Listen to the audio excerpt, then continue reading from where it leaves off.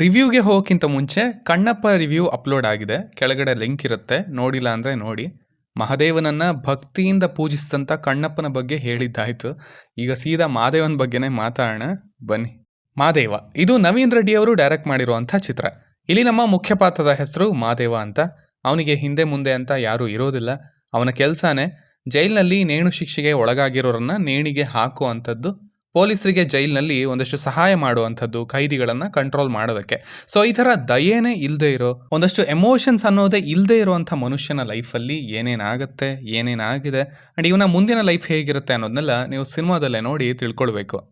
ಮೊದಲನೇದಾಗಿ ಇದರ ಪಾಸಿಟಿವ್ಸ್ ಬಗ್ಗೆ ಮಾತನಾಡೋದಾದರೆ ಅವು ಇಲ್ಲಿನ ಪರ್ಫಾರ್ಮೆನ್ಸಸ್ ಅಂತ ಹೇಳ್ತೀನಿ. ಸ್ಪೆಷಲಿ ವಿನೋದ್ ಪ್ರಭಾಕರ್ ಅವರದ್ದು, ಹಾಗೆಯೇ ಶ್ರುತಿ ಅವರದ್ದು.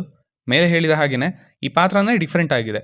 ನೇಣು ಹಾಕೋ ಅಂಥವನು, ಹೆಣ ಅಂದರೆ ಹೆಣ ಅನ್ನೋದು ನಾರ್ಮಲ್ ಆಗಿಬಿಟ್ಟಿದೆ ಅವನಿಗೆ. ಸೊ ಆ ಟೋಟಲ್ ಎಮೋಷನ್ಲೆಸ್ ಕ್ಯಾರೆಕ್ಟರ್ ಅನ್ನೋದನ್ನು ತುಂಬ ಚೆನ್ನಾಗಿ ನಿಭಾಯಿಸಿದ್ದಾರೆ ವಿನೋದ್ ಪ್ರಭಾಕರ್ ಅವರು. ಸ್ಪೆಷಲಿ ಆ ಮೊದಲ 1 ಗಂಟೆ ನಿಮಗೆ ಅಲ್ಲಿ ವಿನೋದ್ ಪ್ರಭಾಕರ್ ಅವ್ರು ಕಾಣಿಸೋದೇ ಇಲ್ಲ, ಆ ಕ್ಯಾರೆಕ್ಟರ್ ಮಾತ್ರನೇ ಕಾಣಿಸುತ್ತೆ. ನೀವು ಅವ್ರು ನೋಡಿದ್ರೇ ಹೇಳ್ಬೋದು ಅಥವಾ ನಂಬೋದು, ಓ ಇದು ಈ ಥರದೇ ಕ್ಯಾರೆಕ್ಟರ್ ಅಂತ. ಆಲ್ಸೋ ಆ ಪಾತ್ರ ಬದಲಾಗುವಂಥ ರೀತಿಯಲ್ಲೂ ಕೂಡ ಆದಷ್ಟು ಅದನ್ನು ಚೆನ್ನಾಗಿ ನಿಭಾಯಿಸಿದ್ದಾರೆ.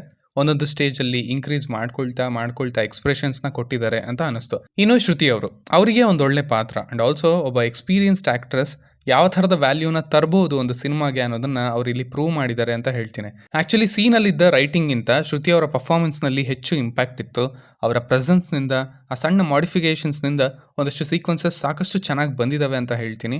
ಅವರ ಎಮೋಷನ್ಸ್ ಕೂಡ ಮುಟ್ಟಿದೆ ಅಂತಲೂ ಹೇಳ್ಬೋದು. ಇನ್ನು ಇಲ್ಲಿ ಎಕ್ಸ್ಟ್ರಾಸ್ ಅಂತ ಹೆಚ್ಚು ಇರಲಿಲ್ಲ. ಸಿನಿಮಾ ಎಷ್ಟು ಎಂಗೇಜಿಂಗ್ ಆಗಿ ಇರುತ್ತೆ ಅನ್ನೋದನ್ನು ಸೈಡ್ಗೆ ಇಟ್ಟರೆ, ಈಗಿನ ಸಮಯದಲ್ಲಿ ಜನ ಏನನ್ನ ಬೇಡ ಅಂತಾರೆ, ಸಪ್ರೇಟ್ ಕಾಮಿಡಿ ಟ್ರ್ಯಾಕ್, ಸಿಚುವೇಶನ್ನ ಬಿಟ್ಟು, ಕ್ಯಾರೆಕ್ಟರ್ನ ಬಿಟ್ಟು ಎಲ್ಲೋ ಒಂದು ಕಡೆ ಹೋಗಿ ಹಾಡುಗಳನ್ನು ಶೂಟ್ ಮಾಡೋದು, ಈ ಥರ ಎಕ್ಸ್ಟ್ರಾಸ್ ಇರಲಿಲ್ಲ. ಸೊ ಅದರಿಂದ ವಿನೋದ್ ಪ್ರಭಾಕರ್ ಅವರು ಒಂದು ಒಳ್ಳೆ ಟ್ರ್ಯಾಕಿಗೆ ಬಂದಿದ್ದಾರೆ ಅನ್ನೋದು ಗೊತ್ತಾಯಿತು. ಏನು ಬೇಕು ಏನು ಬೇಡ ಅನ್ನೋದು ಅರ್ಥ ಆಗಿದೆ ಅಂತ ಅಂದ್ಕೊಳ್ತೀನಿ, ಅಟ್ಲೀಸ್ಟ್ ಈಗಿನ ಮಟ್ಟಿಗೆ ಅವರಿಗೆ. ಇನ್ನು ಇಲ್ಲಿ ಇದ್ದಂಥ ಒಂದಷ್ಟು ಎಮೋಷನಲ್ ಸೀಕ್ವೆನ್ಸಸ್ ಇಷ್ಟ ಆದವು. ಅವು ಬೆಟರ್ ಆಗಿ ಇದ್ವು ಅಂತ ಅನಿಸಿದ್ವು ರೈಟಿಂಗ್ನಲ್ಲಿ. ಸ್ಪೆಷಲಿ ಆ ಹುಡುಗಿಯ ಸೀಕ್ವೆನ್ಸ್ ಆಗಲಿ, ನಂತರ ಮಗನ ಕ್ಯಾರೆಕ್ಟರ್ನ ಕ್ಲೋಸ್ ಮಾಡಿದ ರೀತಿ ಆಗಲಿ, ಇವೆಲ್ಲ ಜೊತೆಗಿದ್ದ ಪಾತ್ರಗಳಿಗೆ ಒಂದಷ್ಟು ಇಂಪಾರ್ಟೆನ್ಸ್ನ ಕೊಟ್ಟಿದ್ದು ಕೂಡ ಇಷ್ಟ ಆಯಿತು. ಇನ್ನು ಸೋನಲ್ ಅವರು ಚೆನ್ನಾಗಿ ಕಾಣ್ತಾರೆ, ಚೆನ್ನಾಗಿ ಪಾತ್ರವನ್ನು ನಿಭಾಯಿಸಿದ್ದಾರೆ ಕೂಡ.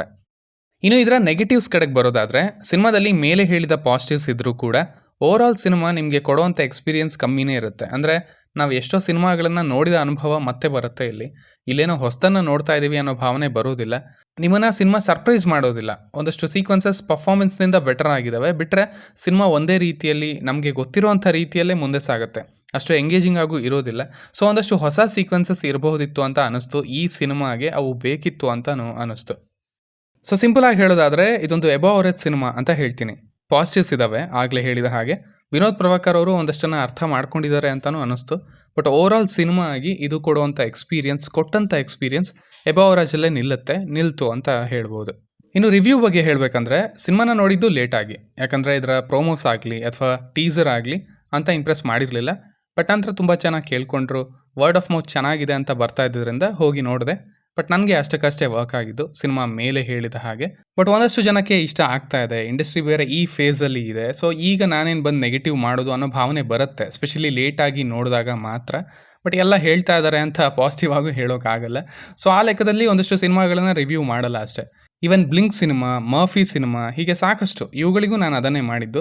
ಸೊ ಒಳಗಿರೋವಂಥ ಮೂವಿ ಬಫ್ ವರುಣ್ ಒಂದೊಂದ್ಸತಿ ಡಾಮಿನೇಟ್ ಮಾಡ್ತಾನೆ, ಏನು ಮಾಡೋಕ್ಕಾಗಲ್ಲ, ಅದು ಪಾರ್ಟ್ ಆಫ್ ದ ಪ್ರೋಸೆಸ್ ಜರ್ನಿಯಲ್ಲಿ ಅಂತ ಹೇಳ್ತೀನಿ. ಈಗಲೂ ರಿವ್ಯೂ ಬಂದಿದ್ದು ಕೂಡ 25 ದಿನ ಆದರೂ ಜನ ಕೇಳೋದು ನಿಂತಿರಲಿಲ್ಲ ಕಾಮೆಂಟ್ಗಳಲ್ಲಿ ರಿವ್ಯೂ ಮಾಡಿ ಅಂತ. ಸೊ ಹಾಗಾಗಿ ವಿಡಿಯೋ ಬಂತು ಅಷ್ಟೇ. ಸೊ ಇಷ್ಟು ನನ್ನ ರಿವ್ಯೂ ಆಗಿತ್ತು. ನಾನು ಹೇಳಬೇಕು ಅಂತ ಅಂದ್ಕೊಂಡಿದ್ದಾಗಿತ್ತು ಈ ಸಿನಿಮಾದ ಬಗ್ಗೆ. ಇನ್ನು ನೀವು ಆಲ್ರೆಡಿ ಇದನ್ನು ನೋಡಿದರೆ ನಿಮಗೆ ಇದು ಹೇಗನ್ನಿಸ್ತು ಅನ್ನೋದನ್ನು ಖಂಡಿತ ಕೆಳಗಡೆ ತಿಳಿಸಿ. ಆ್ಯಸ್ ಯೂಶುವಲ್ ಮತ್ತೆ ಸಿಗೋಣ.